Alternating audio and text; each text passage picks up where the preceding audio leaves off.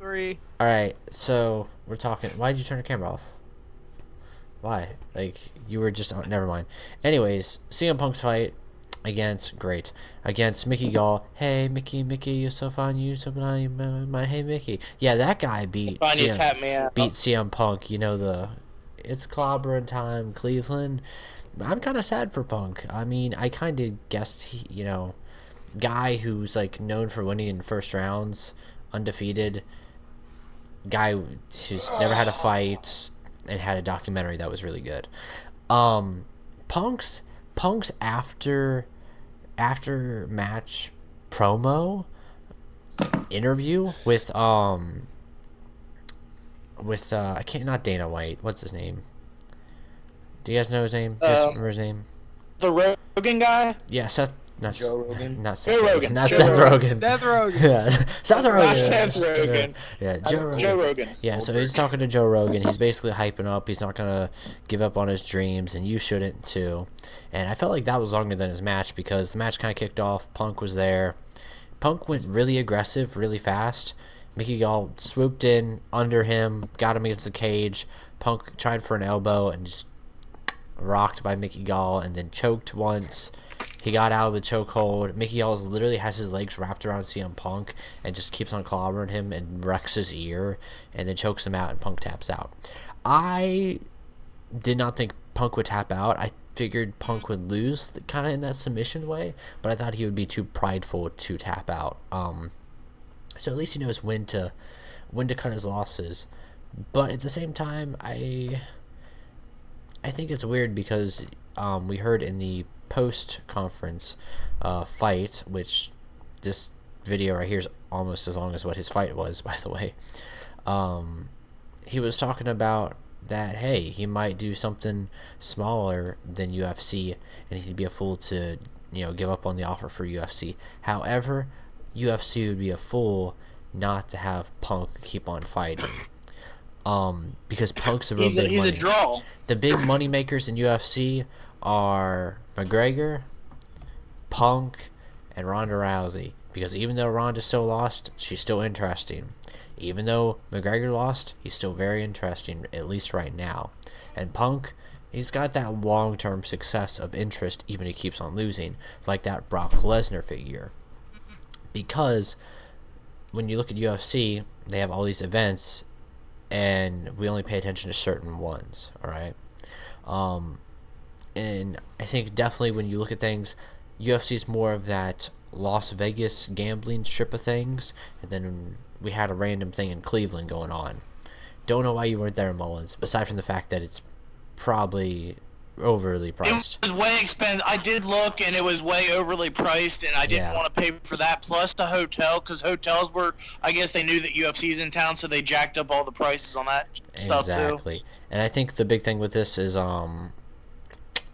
is it worth it? Like, and the thing is, other than Punk, there was no had it been like a McGregor card or something, I wouldn't have minded throwing even more than 300 down. Yeah, but I think just for Punk, who that's the only fight I really wanted to see. Uriah Faber, his match, good God Almighty, 3 rounds of nothingness, and then the guy gets hit in the eye, and that was it. And I'm like, get out of here.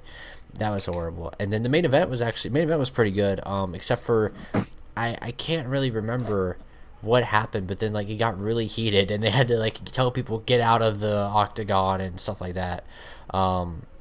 Champ retained. Get out of the octagon. But whatever. I came to talk about Punk. I came to talk about Punk, mostly, not complaining too much about the price tag and things, and if it's really worth it.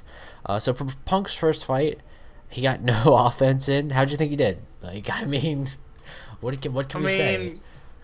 There's nothing you can really say. He didn't do anything at all, notable. Yeah. I'm just going to point this out. Everyone says he got his ass kicked.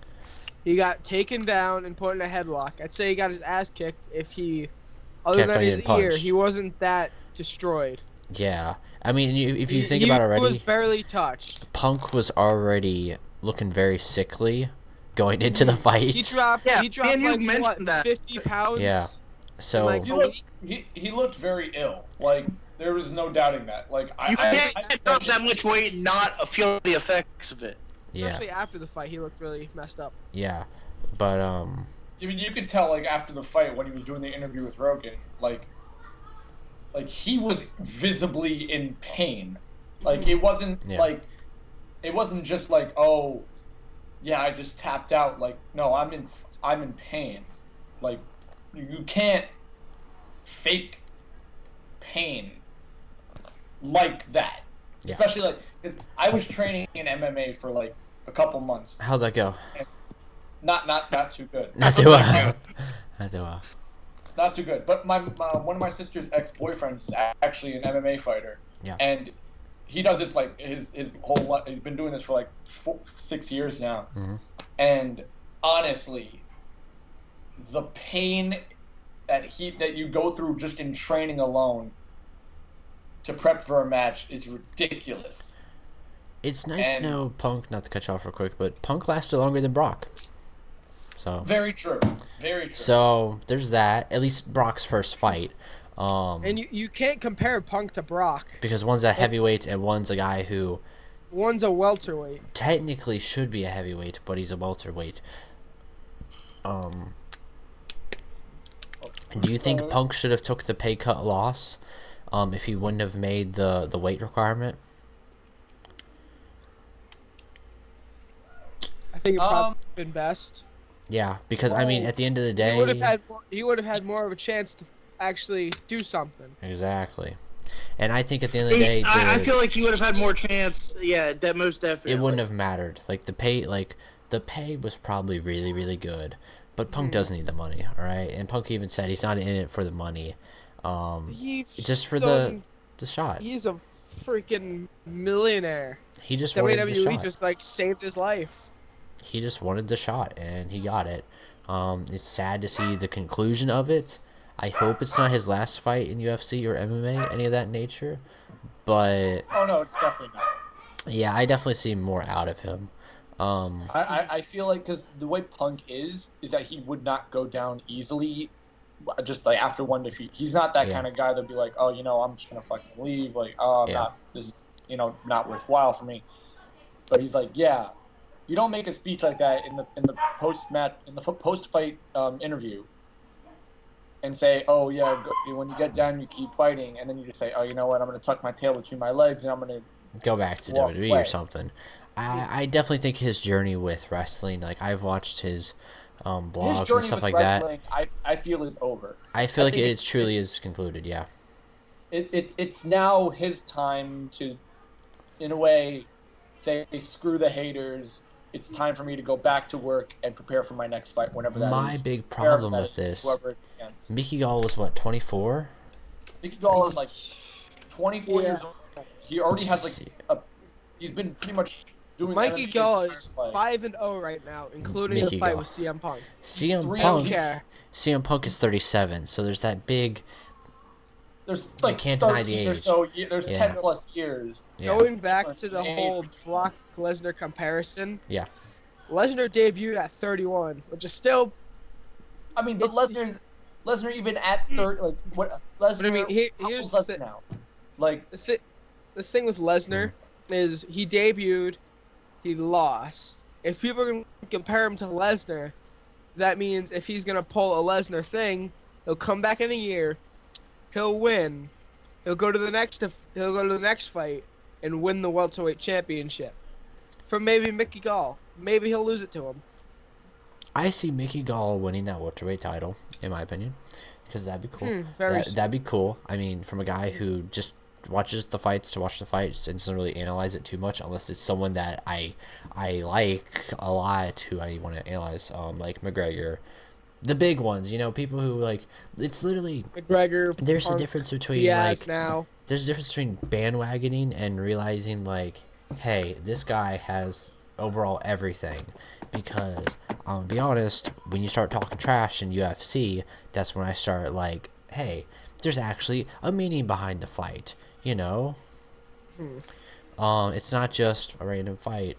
But I mean, yeah.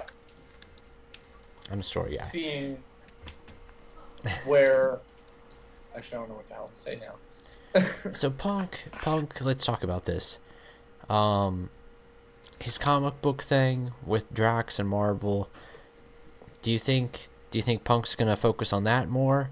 He's gonna focus on coming back to wrestling. I think he's gonna be training a lot. I think he's gonna be training a lot I'm thinking harder. he needs to take that Bellator route.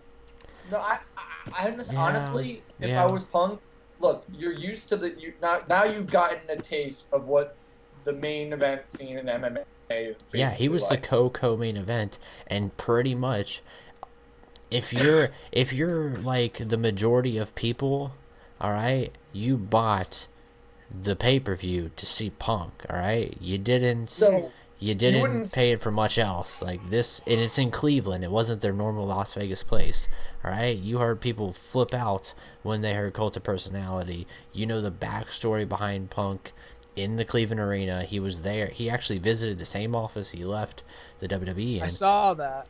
So it's kind of, it's very, it's cursed for him, but at the same time, it's like, it was a good wake-up call to what he needs to do to prepare for that next fight. So, I think Bellator is a good route. However, if Dana White is smart, don't lose a hold of Punk, all right? Because Punk is a money man. Even if Punk gets wrecked over and over, he'll still be money on the microphone and hyping the heck out of these fights. Way too much money to even be wasted, honestly. Exactly. Like, CM Punk is a name that the UFC will cash out on. Yes. So, anybody want to give any final thoughts on the subject? Punk's gonna come back better. He needs to gain weight, because the fact that I don't know if he can functionally go at the weight he's at. Yeah. Because he's used to being bigger. Yeah. He looked really ill. Honestly. He did. He needs to go back up to what he was and just start training again. And he might have to train a little bit longer, just because he's gonna have to go against fighters that are probably bigger and better. Mm-hmm. But he needs to gain that weight back. I think so. I think he needs to get to that comfortable weight where he was previously during most of the evolution of Punk, from what I've seen. Because when you compare that CM Punk to this CM Punk, he looked like an Olympic runner or an Olympic swimmer. He looked like a completely different guy. I don't know what happened. He looked like someone had just basically sucked 80% of the fat out of him. I mean, when you can see the ribs in CM Punk and you can't see the ribs in me anymore, I'm just gonna say, like,